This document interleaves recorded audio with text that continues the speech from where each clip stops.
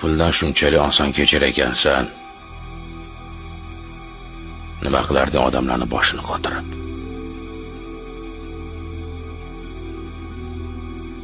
Shoniyoz akani bolasini qayerdan taniysan? Jiyanim bilan karatega qatnashgan ekan.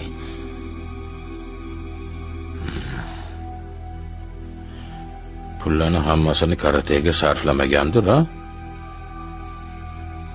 Bu jiyaningga ham qurug'idan tortib turadimi? Yo'q, Xudo saqlasin.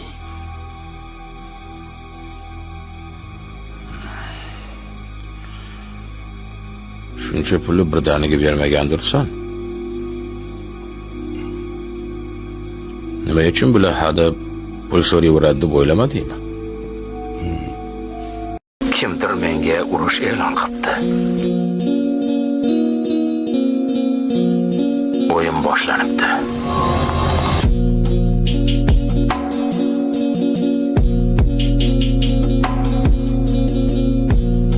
Biriktasini jag'ini esib qo'ymaysanmi? Tupurmaydigan bo'lishadi. Qamalishdan qo'rqasanmi? Qo'rqmayman. Qamalib ketsam, oyimlarga kim qaraydi?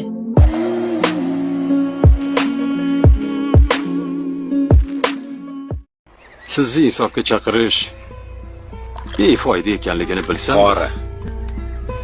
Keling, bir narsaga kelishib olaylik. Meni insofga chaqirmang. Xo'pmi? Qanday yashashni o'zim bilaman. Ha? Kelishdik-a? Gunohim bormi, yo'qmi, qiyomatda ma'lum bo'ladi. Shuning uchun gapni chaynamasdan to'g'ri maqsadga o'tavering. Darding shuligini bilardim. Hassaga tayyorib qolganimda ham senga o'xshagan marazlarni gardanini sidirish hali qo'limdan keladi. Sen Haydar akayni bilmaysan. Mayda o'g'riydi. Maydalikcha qolgan. Eng yaqin odamini yuziga tupurishdan ham qaytgan emas. Agar Hongriyaga bachchalik qilmaganingda vinzavodni senga sovg'a qilmoqchi edim. Og'zingizga qarab gapiring aka. Bizda ham izzat nafs bor. Senda izzat nafs bor ekanmi? Ha? Bir iflosi qilgan odam bu ishni ikkinchi marta ham qiladi.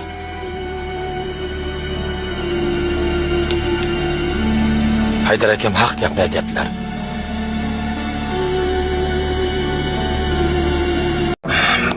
Aka, ovozingni o'chir.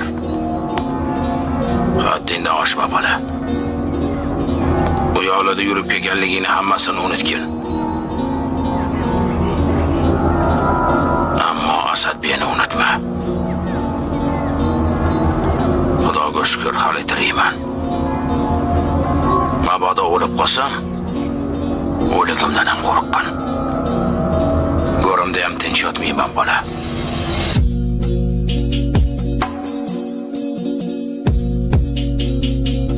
Sizni akam deganmi? Hongiriyni-chi? U tog'aymi yo ammayni erimi? Gapni ham qiyaverasiz aka. Dan bitta qimor. Eplasang o'yna, eplamasang chetga chiq. O'zi ilgaridan qo'lingga tuz chiqib qolsa, bosar tusaringni bilmay qolarding.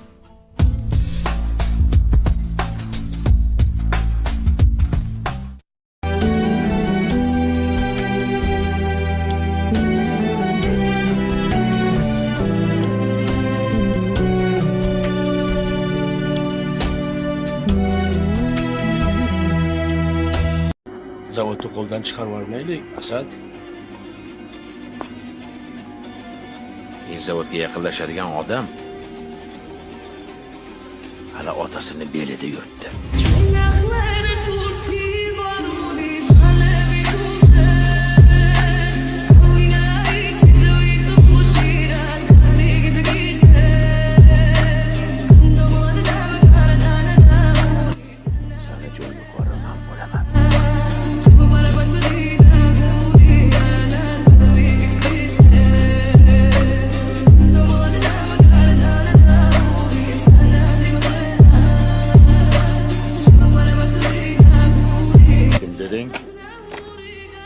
Asadbek.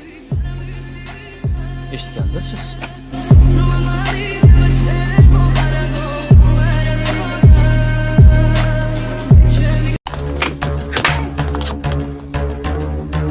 Oh, maraz. Shu yerni ham iflos qilyapsanlarmi? Yo'qot hammasini. Eshitmaysanmi? Tezda yo'qot. Hongren odamlari vagonni xitlaga ro'para qilgani aniq. Moskvadan prokuror bekorga kelmaydi. Bilib qo'y. Sen mani odamimsan. Men seni Sharif Namozovga almashtirganim yo'q. Sen xoinlik qilding. Shuning uchun jazoladim. Biz oramizda xoinga bitta jazo beriladi. Men seni ayadim. Bundan buyog'iga shunga yarasha qadamingni bosgan. Xotin o'g'il bolalik qilib seni etmadi. Sen xotinchalishlik qilmagan. Gunohlarim shuncha ko'p ekanmi? Hadib Alloh deyaverasan. Agar Allohning so'zingga kiradigan bo'lsa, ayt unga. Bolamni qaytarib bersin. Jon. Asad. Asad. Jon. Do'stim. Sen tavba qil. Tavba qil. Tavba. Men mansabni emas, odamlarni o'ylayman. Akaxon, siz ham xafa bo'lmang-ku. Hammani aldasangiz ham o'zingizni aldamang. Sizga o'xshaganlarni bilaman. Birga bo'lib, odamlarni himoya qil deyilsa, hozir vaqtim yo'q, ajrim bor edi deb dumlaringni tugib qochib qolasizlar. Yeri tegidan bo'lsa ham topasan. Armoni tiriklayin olib kelasan. Kim buyruq berganini o'z og'zi bilan gapiradi. Tushundingmi?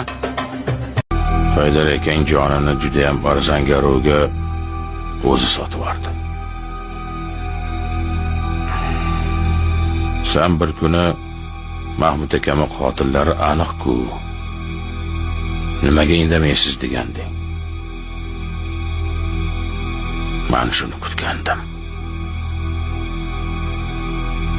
Har bir odam o'z qilmishiga yarasha oladi. Men zavodni asla ko'rma. Nimaga? Zavod kimga qarashliligini bilasanmi? Oziq-ovqat vazirligiga-da. Hoy qishloq, ko'zingni ochsanchi. Shuncha yil nima qilib yuribsan, u biroda? Ko'chadagi mishqi bola ham biladi zavod Asadbekka qarashliligini. Bu gapni yaxshilab o'qib ol. Mehribonchiliging uchun rahmat. Endi yana bir mehribonchilik qilasan.